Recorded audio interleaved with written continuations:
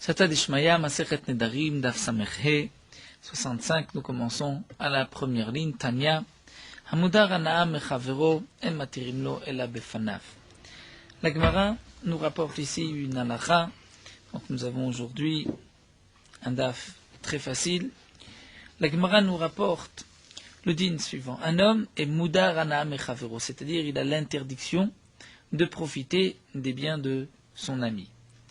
C'est dans le cas, par exemple, où lui s'est interdit les biens de son ami, on pourrait dire, et il vient maintenant faire Atarat Nedarim. Eh bien, En Matirimlo Ela Befanav. On ne lui enlèvera son Neder que Befanav, que si son ami est présent. Il peut y avoir aussi d'autres sortes de Nedarim, dans le cas où le Neder peut être, par exemple, en faveur de son ami.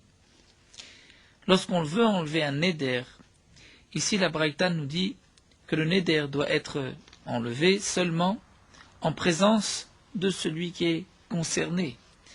Dans notre cas, Mudar Anaa Mechavero, Reuven, à l'interdiction de profiter des biens de Shimon, il doit enlever son Neder devant Shimon. Maintenant, d'où est-ce qu'on sait? La Gemara va développer, la Gemara va apporter des preuves, des psukim, d'où est-ce qu'on sait que le Neder doit être enlevé Befanav. Mais le Ran nous rapporte la raison de cette halakha. Et le Ran nous rapporte deux explications dans le Yerushalmi. Nous allons voir dans la Gemara, immédiatement, que Moshe Rabbeinu avait donc, comme la Gemara l'avait rapporté auparavant, avait un Neder de ne pas quitter Yitro. Akadosh Baruch Hu lui a dit d'annuler ce Neder, puisque maintenant Datan Vaviram étaient morts, ou comme la Gemara nous l'avait expliqué, avaient perdu leur fortune.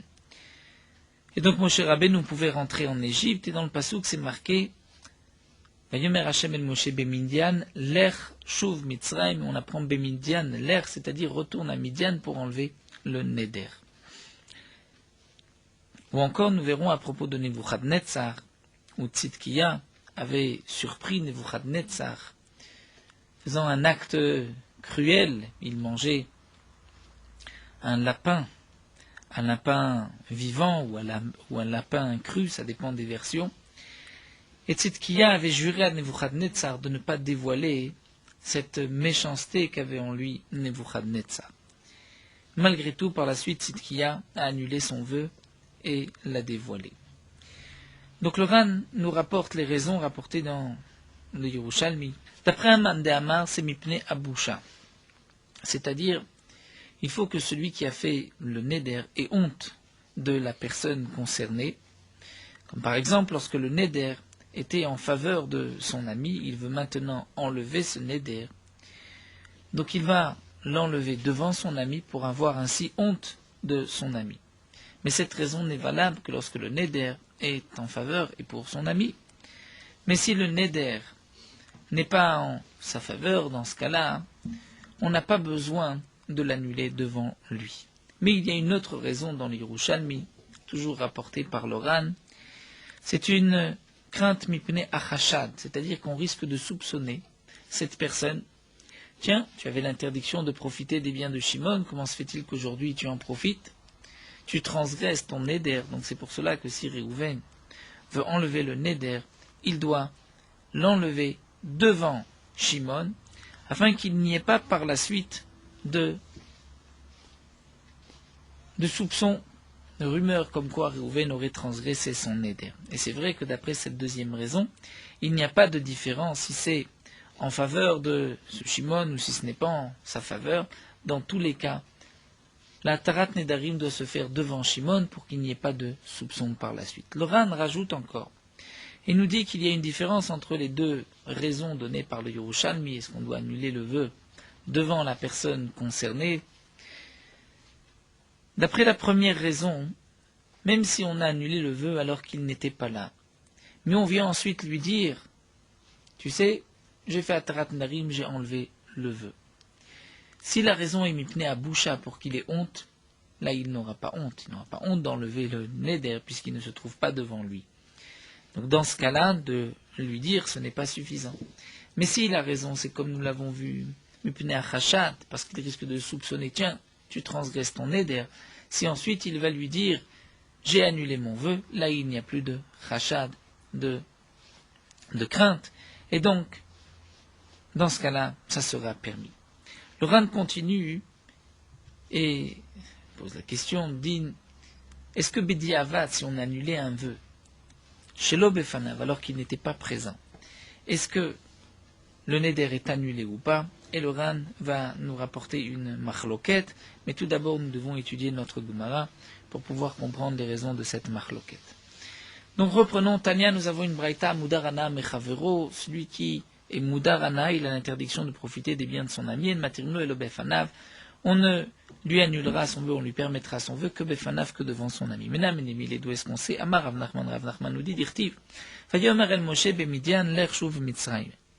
Akadosh Baruch Hu a dit à Moshe bemidian, il lui a dit, on comprend à Midian, va, retourne en Égypte.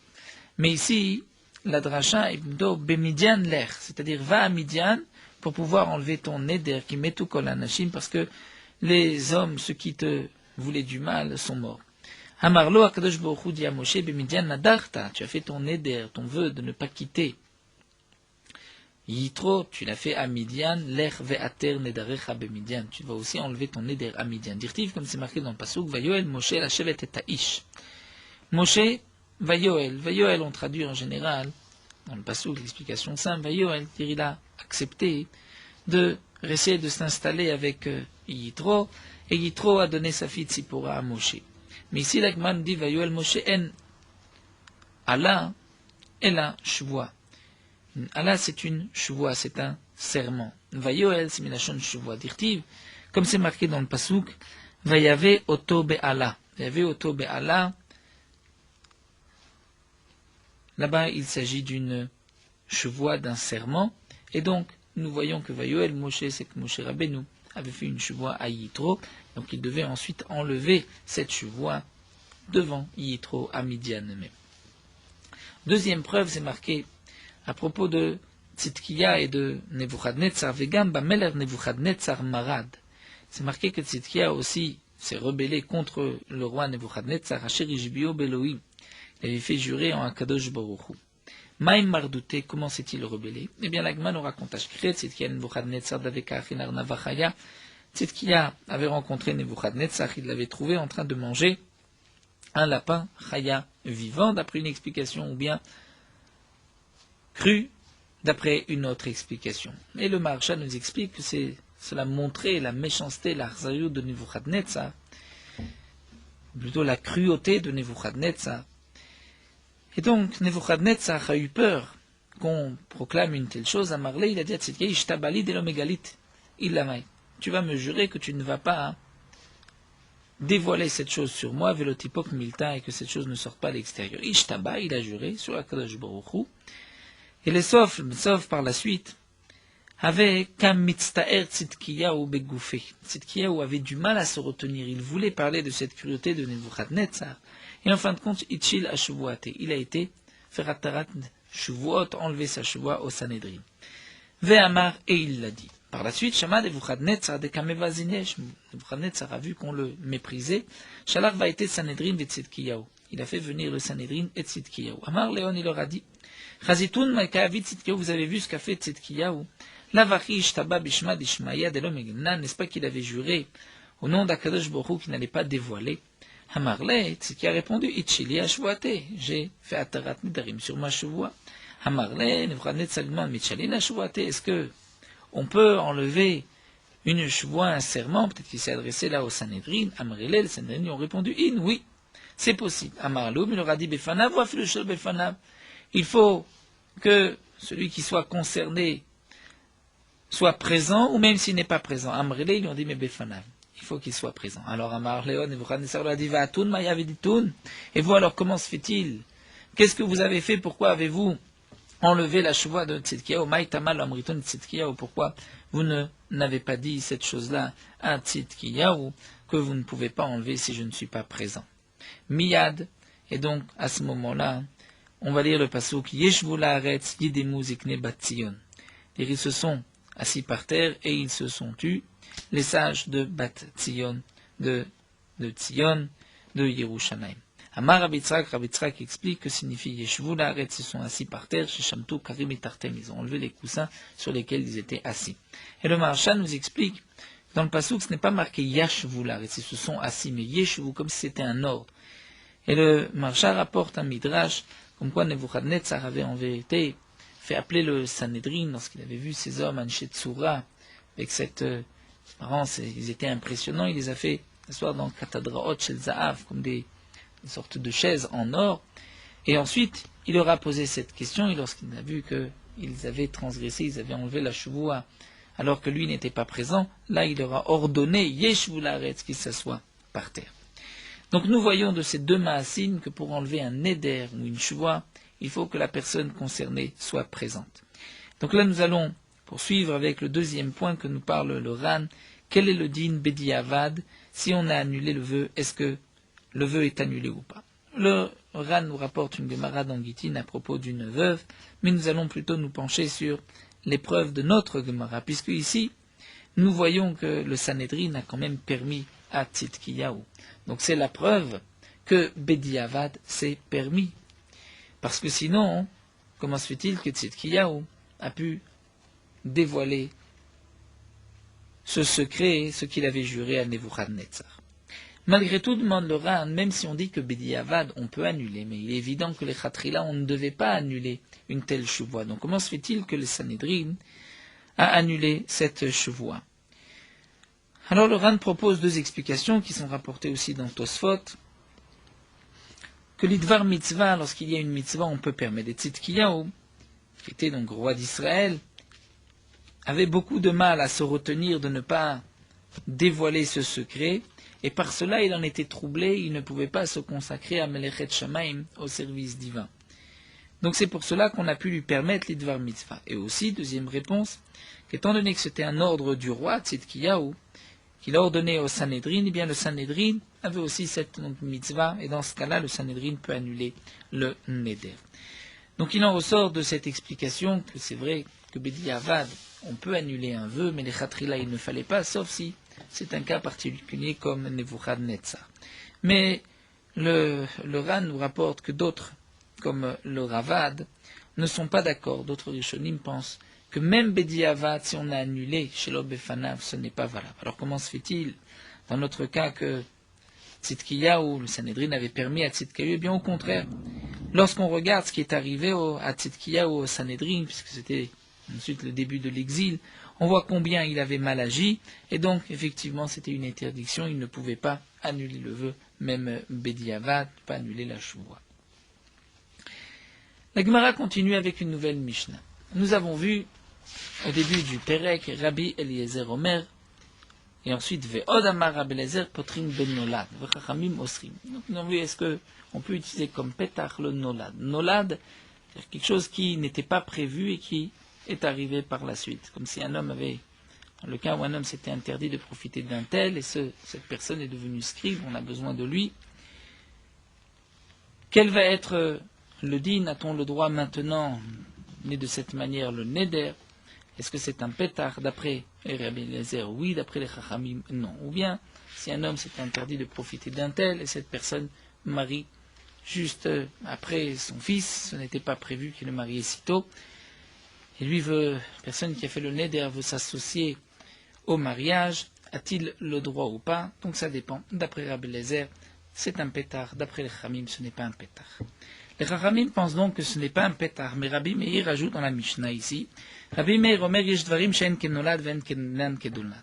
Il y a des choses qui sont comme nolad, qui n'étaient pas prévues, mais qui ne sont pas vraiment comme nolad, c'est-à-dire on pourra, même d'après ceux qui avaient interdit, en potrim ben nolad, mais dans ce cas-là on pourra utiliser ce pétard. Ve'en Chachamim modimlom, les Chachamim ne sont pas d'accord avec lui. Ketzad, comme par exemple, quel est le cas? Amar konam she'eni noseh plunim. On va dire chez Eni. Un homme s'est interdit, sous forme de korban, de neder, de se marier avec un tel. Et il rajoute, je ne veux pas me marier avec telle femme, telle fille. Pourquoi chez Aviara? Parce que son père est mauvais, est méchant. Amroulo, par la suite, on lui a dit, Met, le père est mort. Oshasa Teshuva, bien le père a fait Teshuva, il a changé de conduite. Donc maintenant, il n'est plus rat. Ou encore, Konam le baïtze shane nichnas shakelevra betocho. Un homme dit, je m'interdis sous forme de neder de ne pas rentrer dans cette maison parce qu'il y a un chien méchant à l'intérieur. Oshan nachash betocho, il y a un serpent à l'intérieur. Amroul, on lui a dit, met à Kelev, le chien est mort. Oshen eraga nachash, le serpent a été tué. Quel est le din? Est-ce que maintenant, c'est comme un pétard et on peut annuler le neder? Eh bien, la Mishnah nous dit, Aren kenolad venan kenolad, ven chamim modim lo. D'après Rabbi Meir, c'est comme nolad, mais ce n'est pas nécessaire. Ce n'était pas prévu qu'il allait mourir. Mais malgré tout, ce n'est pas comme un nolad et on peut l'utiliser comme pétard. Pourquoi?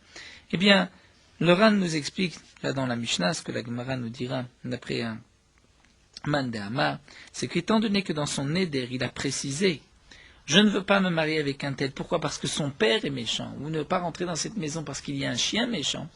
Donc c'est vrai que c'est nolad, ce n'était pas prévu qu'il meure, mais comme il a fait dépendre son éder de cette chose-là, donc là on pourra l'utiliser comme pétard. Et c'est ce que la Gemara va nous expliquer, puisque la Gemara va poser la question Konam chez Ani, dans les deux cas de la Mishnah, on voit qu'il est mort. C'est un nolad venan kenolad, demande la Gemara, mais Metz il est mort. Noladou, c'est un véritable nolad, on ne pouvait pas prévoir la mort. Amar Ravuna nous dit, voici la réponse, Naase ketole nidro bedavar. Étant donné que dans son éder, il a précisé, il a dit, je fais le neder de ne pas me marier avec telle fille. Pourquoi? Parce que son père est méchant. Ou ne pas rentrer dans cette maison parce que dans cette maison il y a un chien méchant. Donc il a fait dépendre son neder de telle chose. Donc c'est pour cela que si ensuite le chien ou le père est mort, ou a fait teshuva, eh bien il pourra y rentrer. Rabbi Yochanan Amar, mais Rabbi Yochanan va donner une autre explication. D'après Rabbi Yochanan, ce n'est pas qu'on va utiliser cela comme pétard, mais plutôt on va dire que le neder était dès le départ une erreur. C'est que, nous dit Rabbi Yochanan, au moment où il a fait son neder, vekvar met, vekvar asat tshuva, on parle que le père était déjà mort, où il avait déjà fait tshuva, il avait changé de conduite. Et donc, au moment où cet homme a fait le neder de ne pas se marier avec telle fille parce que le père est rat, mais méchant, il ne savait pas que le père était mort, qu'avait déjà changé de conduite. Mais lorsqu'ensuite il l'a appris, eh bien le neder est annulé puisque cet homme-là a vraiment, on va dire, fait dépendre son neder de cela, donc c'était ce qu'on appelle un neder ta'out, une erreur. Ça c'est la raison que nous explique Rabbi Yochanan. C'est vrai, nous dit le Ran, que d'après Rabbi Yochanan, le lachon est un peu dur, que signifie kenolad, venan kenolad. Ça ne s'appelle pas nolad puisqu'il est déjà mort. Donc ça c'est une question que le Ran reste sans réponse. En tout cas, nous avons sur notre Mishnah deux possibilités de compréhension. Ou bien comme Ravuna. Donc c'est un nolad. Il s'est interdit de se marier avec telle fille parce que le père est rat. Par la suite, le père est mort. Il pourra se marier d'après Rabbi Meir. Pourquoi?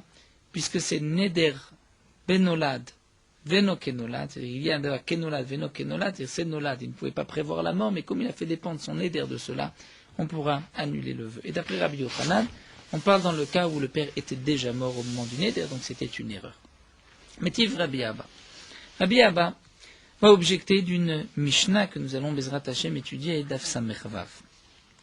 C'est marqué Konam she'eni nosel et plunit keura. Un homme s'interdit sous forme de neder de se marier avec telle fille keura parce qu'elle n'est pas belle. Elle est laide. Ve'arei na'a. Et elle est Ve'arei et elle est na'a et elle est belle. Shechora dit qu'elle est noire. Ve'arei levana. En fin de compte, elle est blanche. Ketsara, elle est courte, petite. Ve'arei aruka. Au contraire, elle est grande, elle est longue. Mutarba. Il a le droit de se marier avec cette fille. Et la Mishnah précise, ce n'est pas qu'on parle dans le cas où elle était laide et elle s'est embellie et est devenue belle, ou elle était noire, noire elle est devenue blanche, ou elle était petite et elle est devenue plus grande. Et là, mais nous explique la Mishnah, on parle dans le cas où cet homme s'est trompé. Il pensait que cette femme était laide et en fin de compte il s'avère qu'elle est na'a, qu'elle est belle. Donc la Mishnah nous parle, donc non pas de quelque chose qui est benolad, mais de neder ta'out, c'est-à-dire cette personne s'est trompée. Il pensait que cette femme était laide et en fin de compte elle est belle. Mais c'est vrai que si elle était laide et qu'elle est devenue belle, dans ce cas-là c'est nolad et ce n'est pas valable. Ce n'est pas une question sur Rabbi Meir comme le précise le Ran. bien que c'est Kenolad Veno Kenolad, puisqu'il a fait dépendre son Neder de cela, parce qu'elle n'est pas belle, donc quelle est la raison lorsqu'ensuite elle s'embellit, qu'elle devient belle? Pourquoi ce n'est pas considéré comme Nolad Veno Kenolad, où nous avons la marloquette entre Rabbi Meir et les Chachamim? Eh bien, le Ran répond que un homme peut encore faire teshuva, ou un homme, à l'habitude, peut mourir. Donc, puisque un homme meurt, un homme fait teshuva, c'est considéré comme chose nolad veno nolad. Alors que dans le cas d'une femme qui n'est pas belle, qu'elle devienne tout d'un coup belle, ou noire, qu'elle devienne blanche, ça ce n'est pas possible. Et donc, c'est sûr que c'est appelé nolad d'après tout le monde. Donc, la Gemara poursuit. La Gemara nous a rapporté cette Mishnah. Et la Gemara demande Bishlama le Ravuna. La Gemara s'explique. D'après Ravuna, nous n'avons pas de problème, mais d'après Rabbi Yochanan, la Gemara pose sa question. Bishlama le Ravuna. Encore d'après Ravuna, nous dit la Gemara d'Aman Ase Ketole Nidro Bedavar, qui nous a expliqué la première Mishnah, c'est-à-dire la Mishnah que nous venons d'étudier. Il s'agit de quelqu'un qui est Tole Nidro Bedavar, donc c'est Nolad Veno Kenolad. Il a dit, je ne veux pas me marier avec telle fille. Pourquoi? Parce que son père erra. Si ensuite on lui a dit, le père est mort, bien qu'il ne pouvait pas prévoir la mort, c'est Kenolad, mais ce n'est pas vraiment Kenolad parce qu'il a fait dépendre son éder de cela. Et comme nous venons de le voir d'après le Ran, c'est que les gens peuvent mourir aussi. Donc le premier din de cette Mishnah, c'est le din de Nolad Venan Kenolad. La deuxième Mishnah, c'est-à-dire la Mishnah que nous verrons d'Afsam Mervav, de cette femme qui n'était pas belle et qui, en fin de compte, s'avère, lui pensait qu'elle n'était pas belle, mais il s'avère qu'elle était belle. Dans ce cas-là, le Tana vient nous enseigner le din de Neder Taout. Donc il y a deux Mishnayot qui viennent nous enseigner deux dinim différents. Donc d'abord, Tana Tole Nidro Bedavar. Premier din, il a fait dépendre son Neder de telle chose. Vetana Neder Taout. Ensuite, il nous enseigne le din de Neder Taout lorsqu'il y a une erreur. Et là, les Rabbi Yochanan d'Amar Kvarmed Gvarasat Tshuva. Mais d'après Rabbi Yochanan, notre Mishnah, on parle aussi d'une erreur. Il pensait que, donc il ne veut pas se marier avec cette femme. Pourquoi? Parce que le père erra. Et ensuite, on lui dit, mais au moment de ton éder, il était déjà mort, ou il avait fait teshuva. Donc c'est un éder taout. Si c'est un éder taout, pourquoi le Tana a besoin de se répéter, de nous enseigner encore une fois le din de neder taout? Eh bien, la Gemara Kashya reste en suspens. La Gemara n'a pas de réponse sur cette question sur Rabbi Yochanan. La Gemara continue, Ve'odamar Rabbi Meir. Rabbi Meir poursuit et nous enseigne aussi Potrim lo minakatuv shebatora. Comme Pétar, on pourra aussi proposer minakatuv shebatora, ce qui est marqué dans le pasuk. Vomrimlo, on va lui dire, Ilu ahayeta yodea, si tu savais, shata over alotikom valotitor. Lorsqu'il a fait un éder contre son ami, il dit, mais est-ce que tu as pensé un instant que tu allais transgresser ce commandement négatif de la Torah qui est de ne pas se venger, de ne pas retenir une rancune. Ve'al lotisna et achira bilvavecha, ou sur le lave, tu ne dois pas détester ton prochain dans ton cœur, tu l'interdis de profiter de tes biens. Ou as-tu pensé à ce commandement, ve'afta l'eracha kamocha, tu aimeras ton prochain comme toi-même, ou ve'chei achicha imach, ou tu dois faire vivre ton ami, ton frère avec toi. Dire si par exemple il est pauvre chez Ouani, il est pauvre et maintenant, puisque tu as fait le neder, tu l'as interdit de profiter de tes biens, tu ne peux pas lui donner une parnassa, tu ne peux pas le nourrir. Ama, ilu aïta yodea sheuken lo aïti noder rezemuta. Et c'est effectivement la personne qui a fait le neder, qui interdit à son ami de profiter de ses biens, se rend compte de son erreur, de la gravité de la chose, puisqu'il transgresse une mitzvah de la Torah, ou la mitzvah d'aider son prochain, et qu'il dit, si j'avais su cela, si j'avais pensé à cela, jamais je n'aurais fait de neder, et bien dans ce cas-là, Rezé Moutar, c'est permis. Donc la Mishnah nous rapporte ces quelques mitzvot, bien que Dafravbet nous rappelle l'Oran, nous avons vu que on ne pouvait pas dire à un homme qui a fait un neder, mais tu sais que de faire un neder, c'est être un rachat. Ou comme celui qui avait, donc Ilou Banabama, comme s'il avait construit un hôtel. Donc on voit que on ne peut pas utiliser ces pétards. Et la Gemara nous avait expliqué pourquoi, puisque peut-être en vérité, la personne, malgré cela, avait fait son éder. Il savait que c'était grave de faire un éder. Malgré tout, il avait fait son éder. Et aujourd'hui, il va dire qu'il regrette, que jamais il n'avait fait parce qu'il a honte de maintenir son éder malgré la gravité. Eh bien, le Ran nous dit que c'est différent. Parce que plus haut, dans Daf Rav Bet, c'était des iyumim de, c'est-à-dire vraiment, on lui avait fait très peur. Il avait dit de faire des nedarim, c'est très très grave, c'est comme construire un hôtel, c'est comme sacrifier un korban d'or, tu es appelé rachat.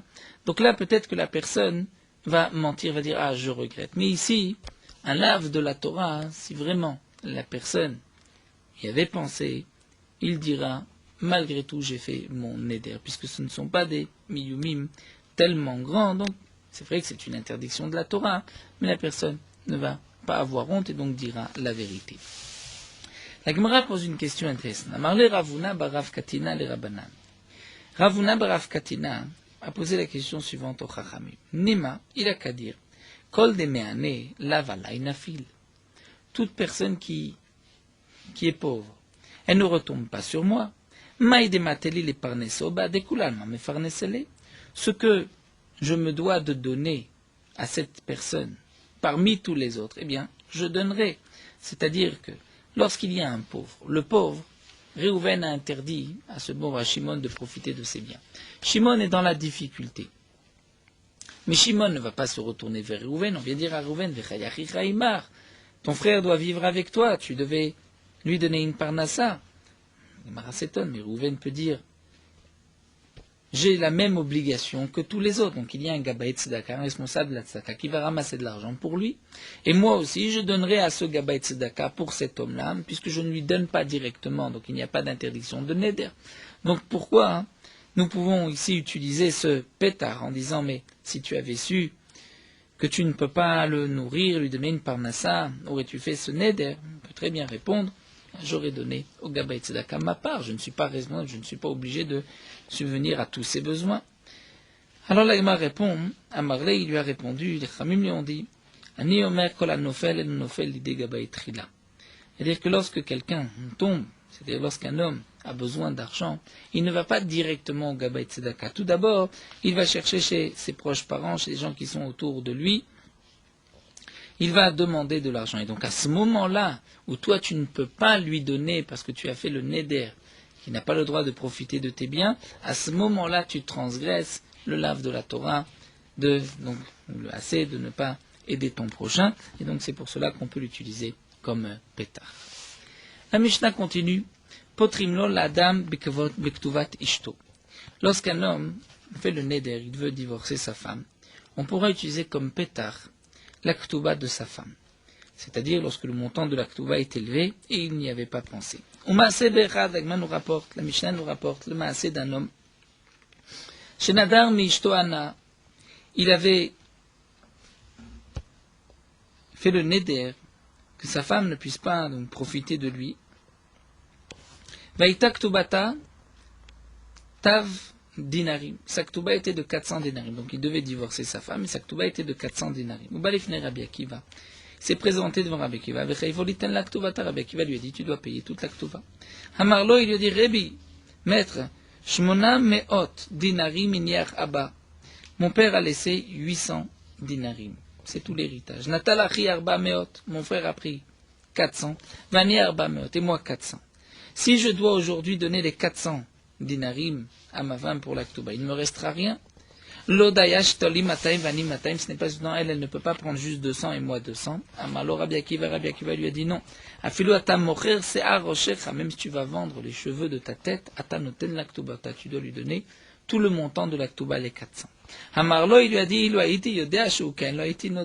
si j'avais su que j'allais être obligé de donner toute ma fortune, de payer le montant de la ktuba, jamais je n'aurais fait de neder.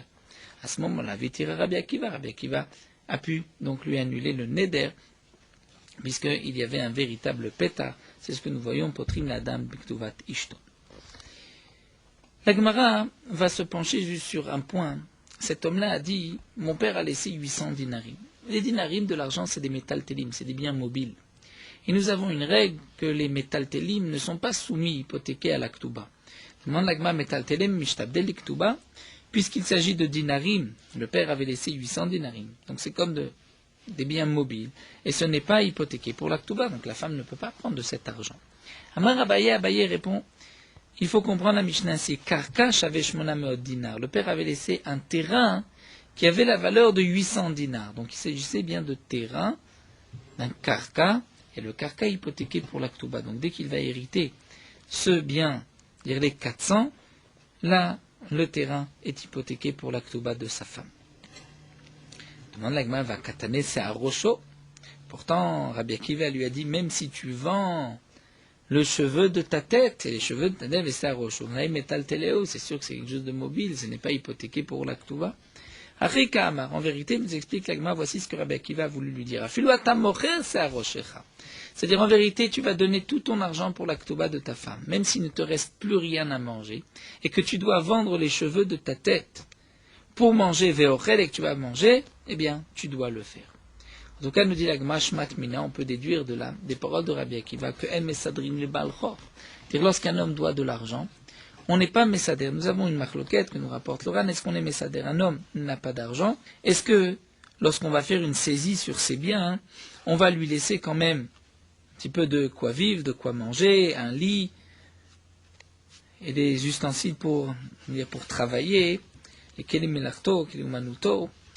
Nous avons une marloquette, est-ce qu'on lui laisse ou est-ce qu'on peut faire une saisie de tout? Dit la Gemara de cette Mishnah, de ce que nous voyons d'après Rabbi Akiva, qui lui a dit même le cheveu de ta tête, tu devras vendre pour manger. On voit que d'après Rabbi Akiva, eh bien, on n'est pas Messadrim. Parce que si on était Messadrim, donc on lui aurait laissé de quoi manger sur le montant de la Ktouba. La Gemara répond à Marav Nachman bar Yitzrak, Lomar she'en mekarim shtar Ktouba. En vérité, Rabbi Akiva a voulu dire la chose suivante. Ce n'est pas qu'on n'est pas Messader, on peut te laisser de quoi manger. Mais malgré tout, le shtar Ktouba de ta femme, on ne va pas le déchirer. C'est-à-dire que la dette reste, et par la suite, lorsque tu gagneras de l'argent et tu auras de quoi compléter le montant de la Ktouba, eh bien tu devras lui donner.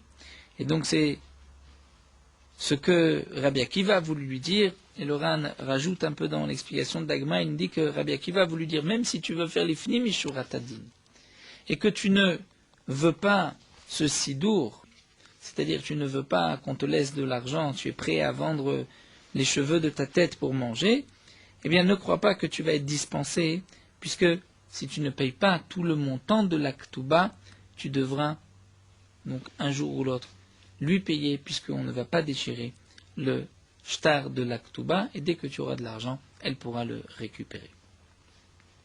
Là, nous allons arrêter là. Morot Halacha Daf Sameche, nous avons l'interdiction de s'interrompre et de parler pendant la pause des tefilines, entre les tefilines du bras et les tefilines de la tête. Même si c'est une mitzvah, parce que pour saluer son maître, c'est aussi interdit. Donc on ne pourra parler qu'une fois que les tefilines seront posées à leur place sur la tête, et que les lanières ont été bien serrées autour de la tête, parce que si un homme va s'interrompre entre la pose des tefilines du bras et les tefilines de la tête, il devra refaire une bracha. Puisque même la bracha de la nier tefilin, c'est pas seulement sur les tefilines du bras, mais aussi sur les tefilines de la tête. Donc lorsqu'on va s'interrompre, on doit refaire une nouvelle bracha, il y a là un risque de bracha chez Natsricha, de faire une bracha qui n'était pas nécessaire. Si un homme ne s'interrompt que même pour un seul mot, c'est un hefsek qu'il faut refaire la bracha. Donc, il est interdit de parler entre la pose des tefilines du bras et de la tête, ne serait-ce que de dire un seul mot. Même lorsqu'un homme met les tefilines sans beracha, par exemple, il vient d'enlever ses tefilines et il les remet, dans un cas où il n'a pas besoin de lire de bénédiction, où il met les tefilines de Rabbeinu Tam, il ne faut pas s'interrompre entre les tefilines du bras et les tefilines de la tête, même s'il n'y a pas de crainte d'une nouvelle bracha, malgré tout, les tefilines, la pose des tefilines du bras et de la tête doivent être simultanée l'une après l'autre, et une interruption entre les tefilines du bras et les tefilines de la tête est une avéra, comme nous le verrons encore Bezrat Hashem par la suite.